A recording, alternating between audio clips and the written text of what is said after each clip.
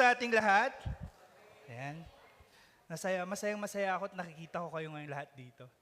Maski bakasyon pa, yung iba naghahabol pa lang eh. Tulad namin kahapon, naghabol kami sa beach kasi pasokan na next week. Yan. So, masarap din na magroon ng recreation time with your family kasi time is a gift of God. Okay. So, kumusta po kayong lahat? Ayos po ba ang week nyo? Yan. Very happy na lahat tayo ay pinagpala ngayong linggong ito. So, parang nabanggit ni Ate Des kanina na this is the last Sunday of June. Bilis ng panahon. June, July, August. Pag August kasi birthday ko yun eh. Tapos syempre, September, yung ating anniversary. 20th year anniversary. Kaya please, mag-pass na po kayo ng mga literary pieces nyo para ma-start na natin gawin yung ating coffee book. And I'm very happy na unti-unti pong nabubuo yung ating coffee book. I'm sure magandang conversational starters to sa mga bahay. Masalo pag may mga bisita, makikita nila yung coffee book. And this will start to be a conversation starter sa inyong mga bahay. Alright, so last Sunday, nag-start po tayo sa last chapter ng Book of Jonah. Alam ko ang natakal natin was verses 1 to 4. So, makikita natin sa Book of Jonah na to, like sa chapter 1, nakita natin ang goodness ng Panginoon maski disobedient si Jonah. Kita niyo yun? Tinawag ng Panginoon si Jonah pero instead of going east, he went west. Pupunta siyang Tarshish. Pero, anong ginawa ng Panginoon? Maski tinapon siya sa dagat, He appointed the great fish para isalba si Jonah. And then after that, chapter 2, nagdasal si Jonah na nandun na siya sa loob ng belly ng fish. Diba? Nagdasal siya and he is in the rock bottom. Andun siya sa ilalim. And he said, Lord, I will sacrifice for you for my salvation. So anong ginawa ng Panginoon? He appointed or commanded the great fish to vomit Jonah in dry land. Chapter 2 yun. Chapter 3. Anong ginawa ni Jonah? He went to Nineveh and proclaimed that this city will be destroyed in 40 days. Yun lang yung sinigaw niya. This city will be destroyed in 40 days. Anong ginawa ng mga taga-Nineveh, ng mga Ninevites? They listened, they fasted, they prayed, and they repented. And here comes chapter 4. Alam nyo, ang ganda sana ng librong to eh. Kasi chapter 4, ito na sana yung nagpupuri si Jonah. Lord, thank you! Ginamit nyo ako para maisalba ang 120,000 na tao sa Nineveh. Lord, thank you! At naisalba lahat ng mga taong to. At nagbago lahat ng mga taong to. Pero anong ginawa ni Jonah sa chapter 4? Nagalit siya. Diba? Nagalit siya. Nagrelent na nga ang Panginoon para masira ang destruction ng Nineveh, pero ayun, nagtampo siya. Tampururot si Jonah. So I remember, may naalala lang ako about this. Nung nagtatrabaho ako sa Manor at Camp John Hay as one of the assistant manager ng front desk, madami akong mga na-meet na tulad ni Jonah. And you know one thing in common sa kanilang lahat? Ang one thing in common sa kanilang lahat is pag minsan nakakalimutan nila kung sino sila. Alam niyo bakit? Kung may hindi ka napagbigyan, hindi mo na ibigay yung gusto nila, hindi mo na ibigay yung request nila, palagi sasabihin nila na, di mo ba ako kilala? Always. And karamihan yan are influenced na mga tao. Sila yung mga artista, yan, politicians, mga newscasters. Hindi naman lahat hindi naman lahat, syempre. Tapos pag minsan, itong mga taong to biglang dumadami rin ang kilala. Kilala ko si Mr. Mulbecker, general manager ng Manor nun. Or kilala ko yung editor-in-chief ng Star, Philippine Star. Kulang na lang kilala nila yung presidente eh. Alam mo yun, para mabigay mo kung anong gusto nila. And you know what? Our generation is notorious for an attitude of entitlement. Di ba? Ito yung mga sana all ako rin. But in a negative way. Entitlement is the belief that we inherent deserve privileges and special treatments. Di ba yung parang, dapat ako yung nauuna dyan Hindi dapat si ganito ang nauuna dyan. Ito yung mga taong gustong-gusto nilang sila yung pinagsisilbihan at hindi sila yung nagsaserve. At ito yung mga taong feeling nila sila yung center of life. Alam mo yun, na feeling nila the whole world revolves around them. Ako, din ako dyan Medyo guilty ako. Masalo pag nasa restaurant ako at gutom. At nakikita mo yung iba, nasa serve na ng pagkain. Tapos dinadaanan ka ng mga waiter, ang sarap ng mga pagkain, naamoy mo. Pag minsan, dapat ako yung nauna. Gutom na ako Maybe because I'm discomforted ako, nagutom ako, kaya gusto kong mauna ako. Diba? Sa Tagalog, sa tingin nyo, anong tawag sa Tagalog ng entitlement? Alam nyo ba? Yan. Ito yung mga tinatawag nating mga feelingero, ganyan. Feelingera, mga ma-feeling, mga etchosera, ganyan. Yung mga tawag natin sa mga yan sa Ilocano, anya nga itaayab tayo, digito'y kinyada, digito'y entitled nga tattao. Amoyo? Ti Ilocano na? Sige man. Amoyo? Tiayab digito'y agraraman, kunada. Digito'y agraraman nga tattao, kunada. Nga amuda ket suda ti bida. Pero it's very sad that yun nga, notorious yung generation natin dito. And the book of Jonah, ito yung pinapakita niya. So last Sunday, we ended in verse 4. And before I start with verse 5, the title of our Sunday preaching today is Limitless.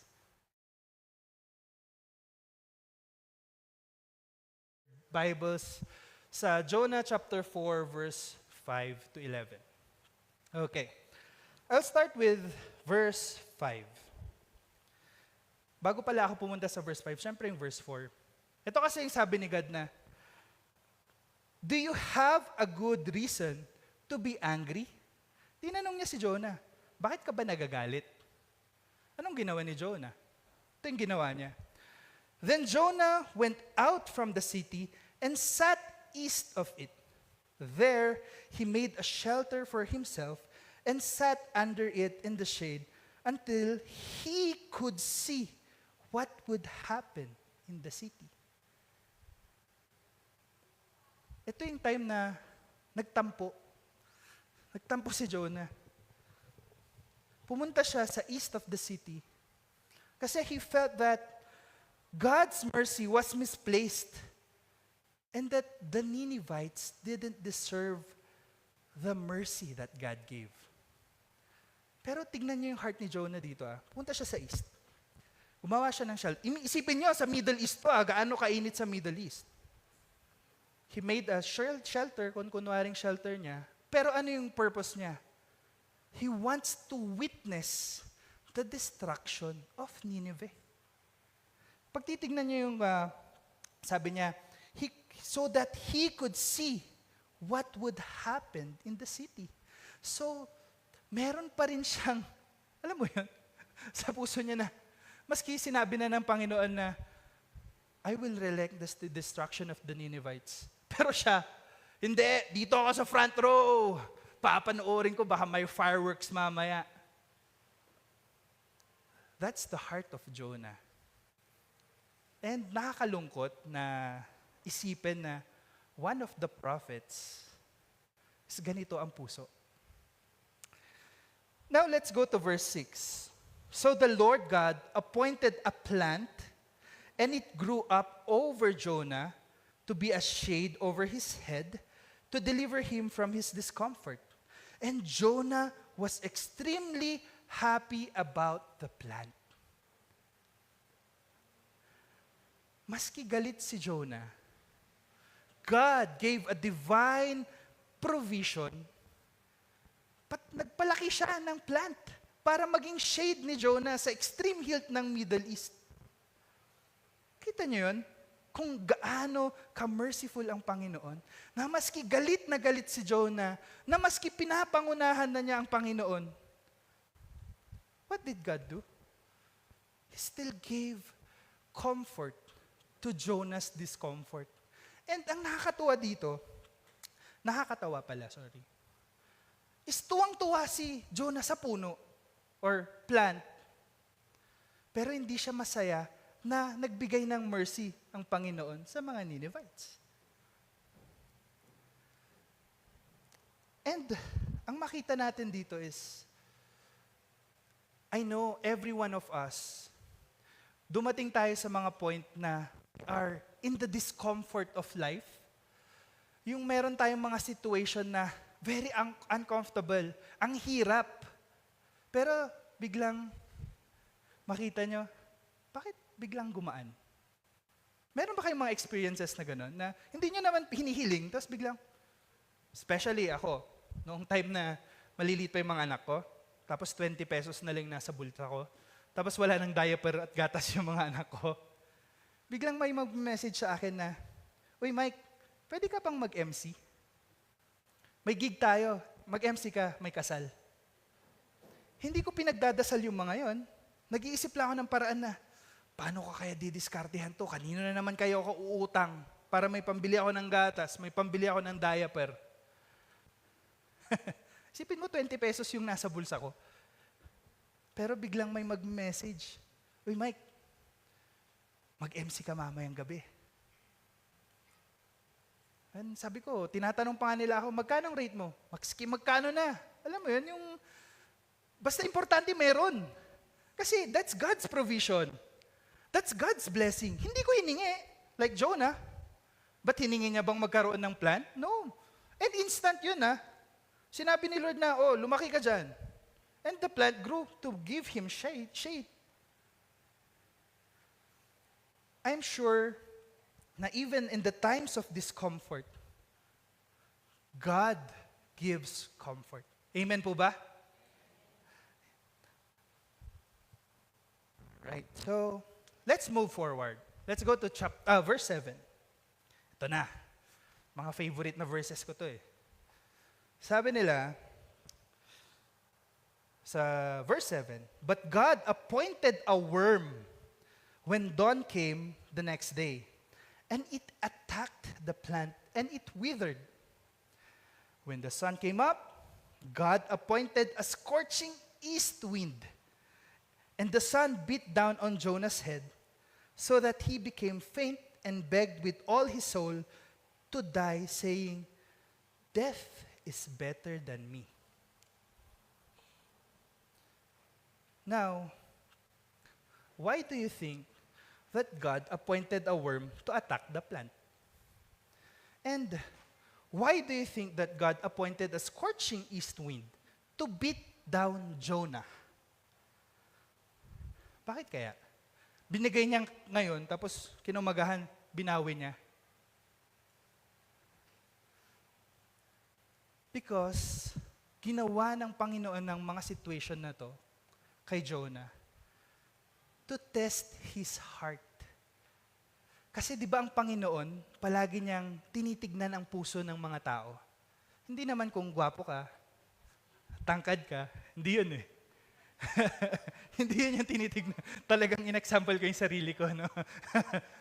Pero, ang tinitignan niya is yung heart ng tao. Always yan.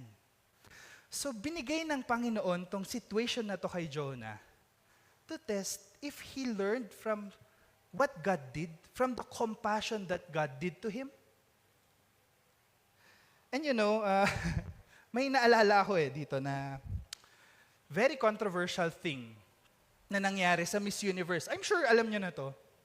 Ito yung time na bumalik si Steve Harvey sa stage. Matig siyang ganyan. Ano sabi niya? Tapos nanginginig yung mukha ni Steve Harvey nun eh. And then sabi niya, I have to apologize. Remember that? Miss Columbia was crowned Miss Universe for only 4.5 minutes. Dahil sa honest mistake ni Steve Harvey. And iniisip ko, ano kaya to? Test kaya to ng Panginoon sa dalawang babae, kay Miss Columbia at kay Pia, words back? Test kaya sa heart nila to? But pinanood ko kasi ulit eh. Kasi naalala ko nga. Tapos nung tinignan ko, they accepted the mistake gracefully. Tapos hindi ako nakontento. I digged farther. At ang nahanapan ko was the interview of Steve Harvey kay Miss Pia at kay Miss Columbia. And you know what? After pala ng event, grabe pala ang bash na natanggal ni Pia. Grabe ang bash na natanggap ni Miss Columbia. At lalo na kay Steve Harvey. To the point na he received death threats. Nagkaroon ng death threats not only for him, but for his entire family. He even asked security, sa ang term nga ni Steve Harvey, I asked a bulk security for my house. Kasi he was threatened na dahil dun sa mistake na gawa niya. So sabi ko, okay, yung 4.5 minutes na binigay ng Panginoon, nagbunyi ang mga taga-Columbia at nalungkot ang mga Pilipino.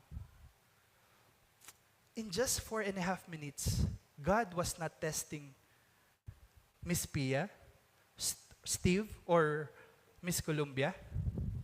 He was testing the whole world on how are we going to react dun sa 4.5 minutes na binigay niyang kasiyahan sa mga Colombians.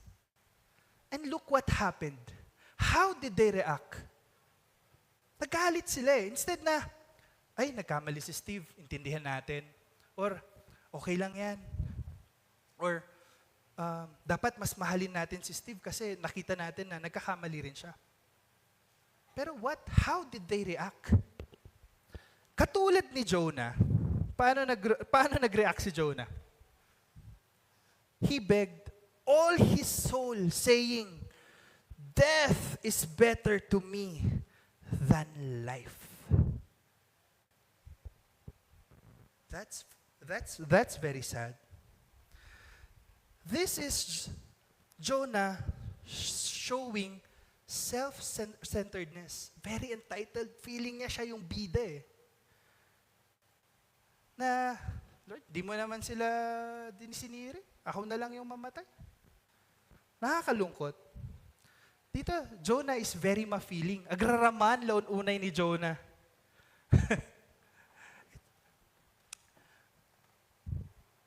Now let's move to verse 9.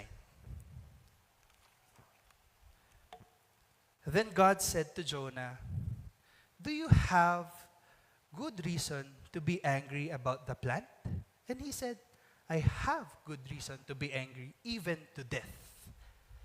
Then the Lord said, you had compassion on the plant for which you did not work and which you did not cause to grow, which came up overnight and perished overnight.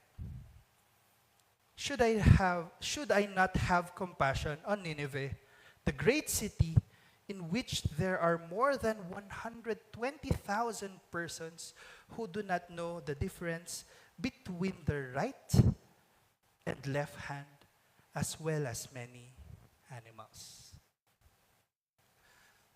The way I see it, ganito yung tinanong ng Panginoon dyan eh. Jonah, may karapatan ka ba para magalit? Sumagot si Jonah, oo, may karapatan ako. In those words lang, we can see that Jonah was very self-righteous. Pinapangunaan niya na ang Panginoon. Parang sinasabi niya na, Lord, mas alam ko kung ano ang tamang mali o mali. Kita niyo yun? And nakakakwan lang dito na in-explain nga ng Panginoon na itong punong to or plant na to, hindi mo naman pinaghirapan yan eh. Bakit ka nagagalit na nawala yan? Diba? So, meron bang mga pagkakataon sa mga buhay natin na tinanong din natin o pinangunahan natin ang Panginoon? Dahil sa, alam mo yun, yung meron kang isang bagay na gustong-gusto or isang achievement na nakamit or isang, thing or promotion na nakuha. Pero biglang kinuha ng Panginoon. Ako, I did. Daming instances yan na question ko ang Panginoon. Nung time na sunod-sunod ang death sa family namin, nauna yung father-in-law ko, October. And then yung asawa ng pinsan ko, January. And then next, February, tatay ko. Amo yun day, Sunday, mangmangan kami pinapaitan, naging mas pinpinangan mi nga duwa. And then after that, Tuesday, awanan ni tatang ko. Siguro, if I was Jonah, magagalit ako sa Panginoon. Papangunahan ko siya kung anong tama at mali. I questioned him, yes, but I never got angry to him. Kasi, we can never question or understand God's wisdom. Totoo po ba yan? Naniniwala ba kayo na God's wisdom is unfathomable? Hinding-hindi natin maiintindihan ang wisdom ng Panginoon. Pero ang ginawa ni Jonah dito, siya nang nag-act na judge. Lord, mali yung ginawa mo. Pinangunahan niya na ang Panginoon. And it's very sad. You know, this book did not end well to Jonah. After this book, may narinig pa ba tayo about Jonah? Wala na. And this is an open-ended book. And the question is, yung last na line is, yan, yung 11. As question mark yan, and hindi na sinulat ni Jonah kung ano ang sagot niya. Sa tingin nyo, anong sagot dyan? Bakit open-ended book ito? It's an open-ended book kasi tayo ang sasagot niyan. This is a satirical book which pinapakita ng librong ito or mini-mirror ng book na ito kung ano yung mga ugali na hindi dapat nating ginagaya. It's a satirical book na dapat hindi natin gayahin. So, I have a question. What will you do kung ngayon, biglang dumating yung isang taong kinakainisan nyo dito sa church? What will you do if dumating yung isang taong nakautang sa'yo at hindi nagbabayad ng ilang taon na? What will you do? Or dumating dito yung taong nakasakit sa'yo? What will you do? That's the question of God sa verse 11 kay Jonah. And we should answer that in our own ways. Now, how did God deal with this difficult man? Yan. Paano naman na sinagot ng Panginoon nung ginagawa ni Jonah? Sabi niya dito, ilang beses niyang sinabi, he mentioned twice na Jonah would rather die than have God be merciful to other people. Mas gusto niyang mamatay siya kaysa nagbibigay ng mercy ang Panginoon sa mga Ninevites. And Jonah's anger was specifically tied to nationalistic and racial issues. We call this ethnocentrism. Dito kasi sa book na to, rine-represent din ni Jonah ang Israel. Galit siya sa Ninevites kasi sinaktan sila ng Ninevites. Isa pa yung ginawa ni Jonah is, Jonah was very inconsistent from chapter 1, chapter 2, chapter 3, chapter 4. Kita niyo yan? Sa chapter 3, he was prophetic. This great city will be destroyed in 40 days.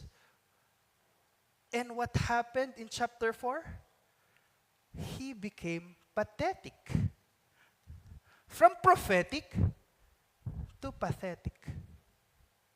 That's Jonah.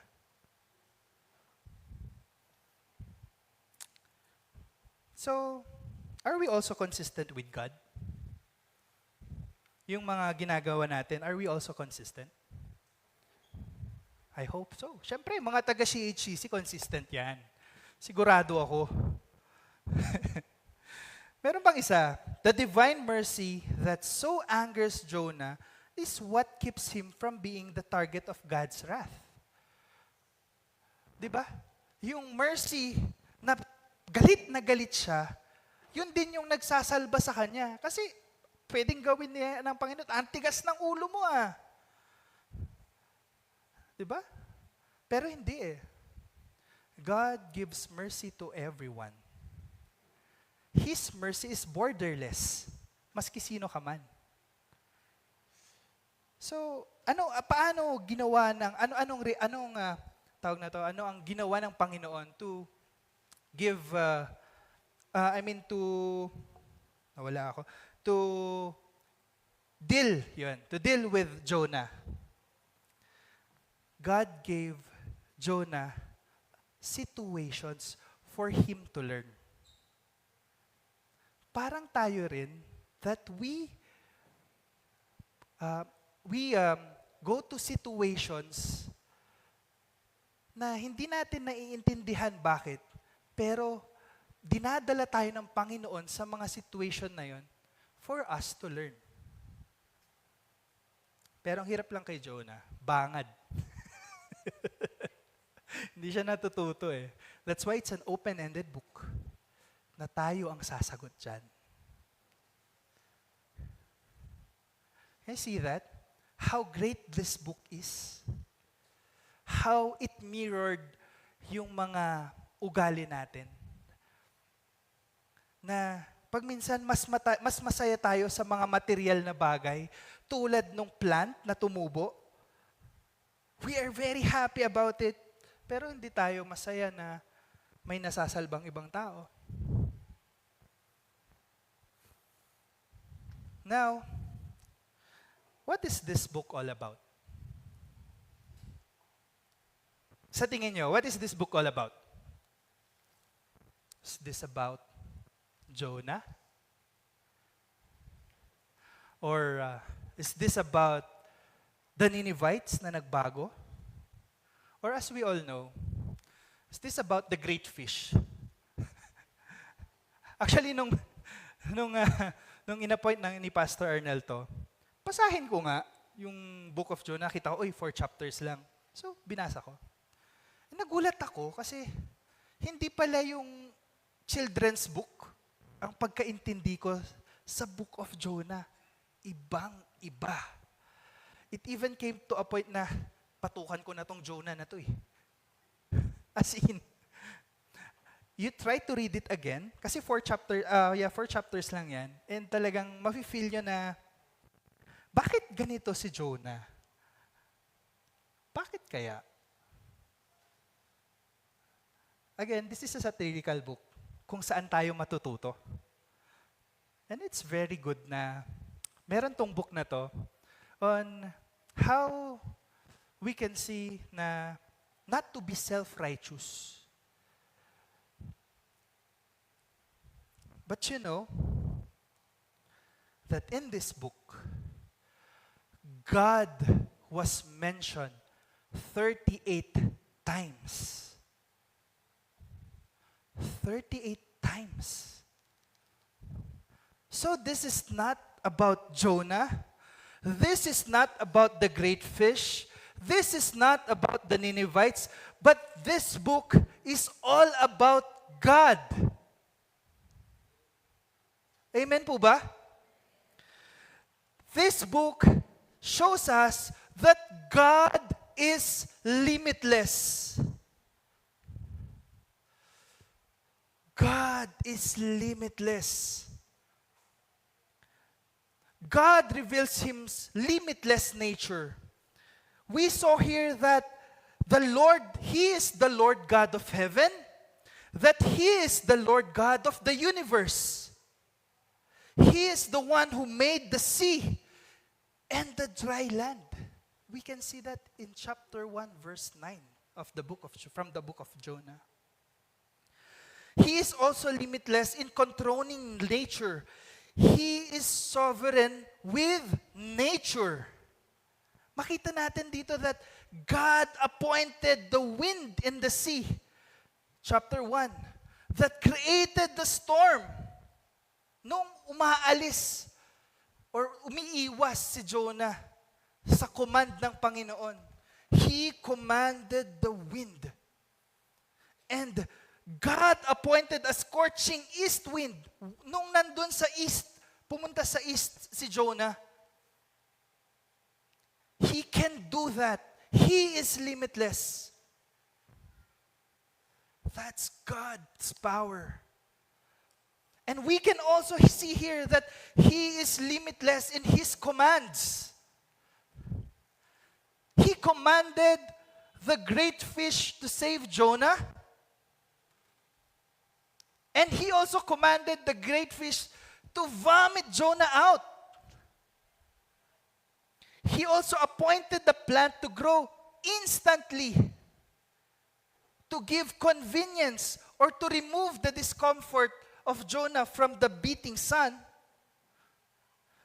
And God also appointed a worm to eat or attack the plant. So maliit man o malaki, God is sovereign with all things. He is limitless.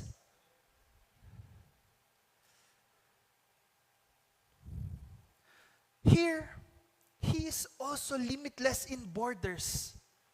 Because God is not only the God of Israel, but He is the Lord of all nations.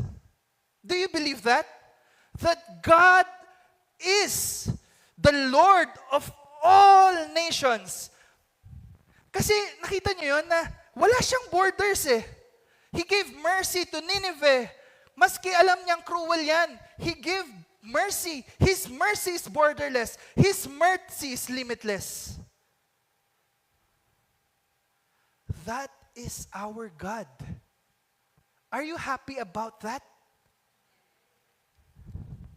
And also, in this book, God reveals His limitless character. He is limitless in being gracious. He is limitless in being compassionate. He is limitless in patience because God is slow to anger. Kasi if he is not slow in anger, wala na. The Ninevites are destroyed.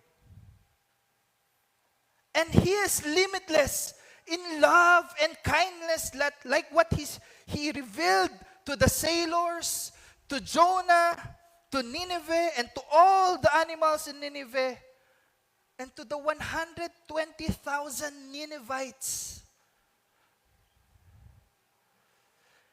He is also limitless in being forgiving.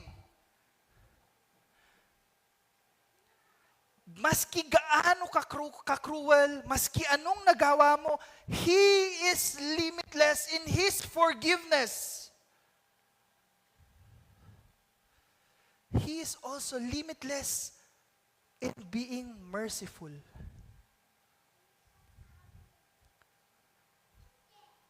And lastly, He is limitless in caring for all people.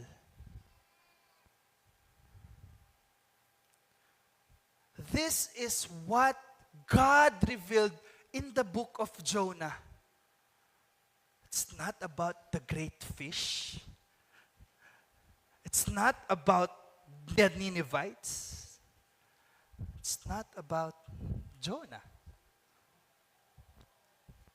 God revealed His being limitless. And we should accept that God is limitless. So we should not fear. We should not worry. In times of discomfort, God gives comfort.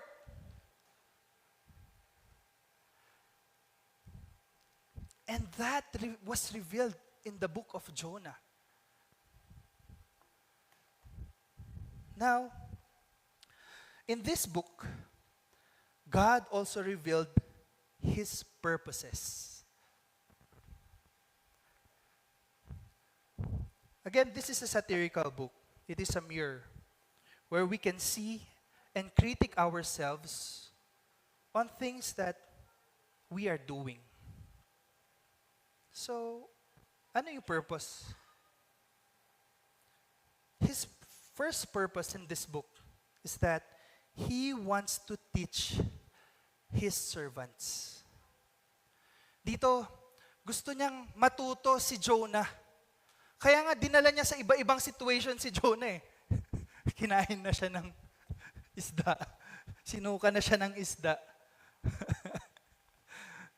Hindi pa rin siya natuto. But this is God teaching us. God teaching His servants. I'm sure madami kayong natutunan with this book. It's only a 4-chaptered book, but it's very deep. That God is a God of second chances. Even though if we are in the rock bottom in life, God will always there for us. God will never limit Himself to anything. We should know that.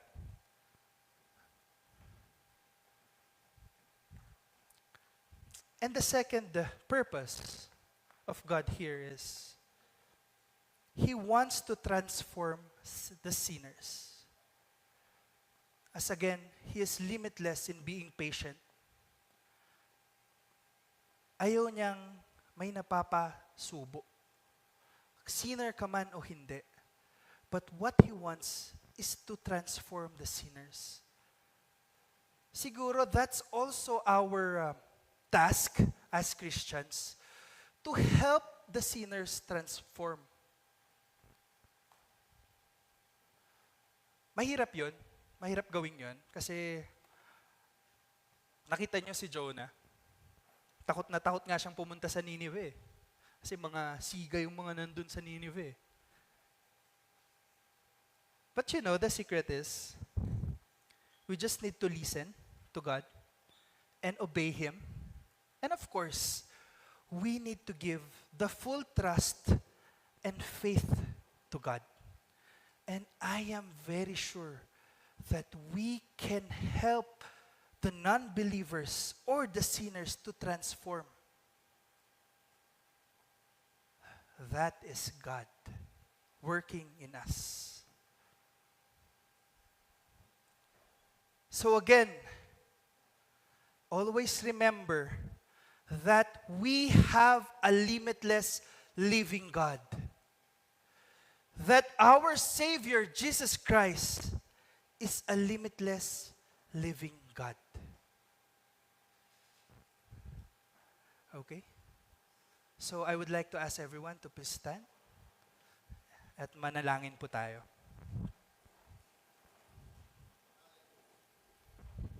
Lord, aming Ama, hindi po aksidente na binigyan niyo po kami ng pagkakataon upang mabasa at mapag-aralan po namin ang libro, ang Book of Jonah, O Lord. Lord, this is a very deep book. And we are very thankful, O Lord, na nagawa itong book na to mirror and critique ourselves sa mga nagagawa namin. This book helps us, Lord, to purify our hearts, to be more compassionate to others, to be more merciful to others, and to spread love. Lord, you always bless us, Lord, with your divine wisdom to understand what is right from wrong. Give us, Lord, the wisdom para malaman po namin kung ano po ang maapag-aaralan or ano po ang maiintindihan namin sa mga sitwasyon kung saan niyo po kami dinadala. We know, Lord, that you use situations in our life to learn from you.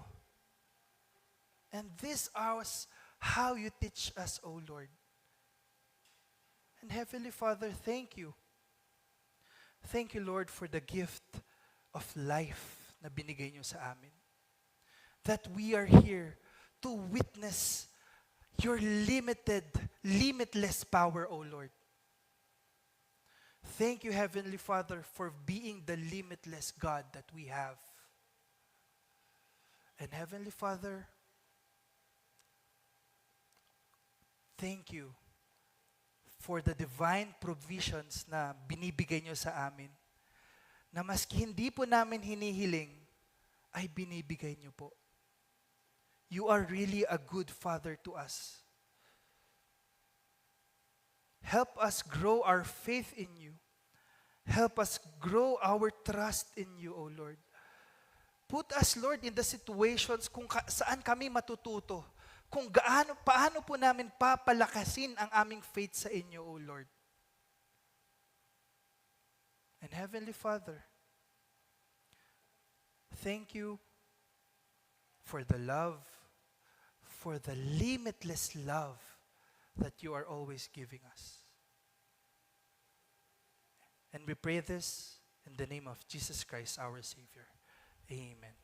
And I would like to call on the worship team to please lead us with our response song. Thank you.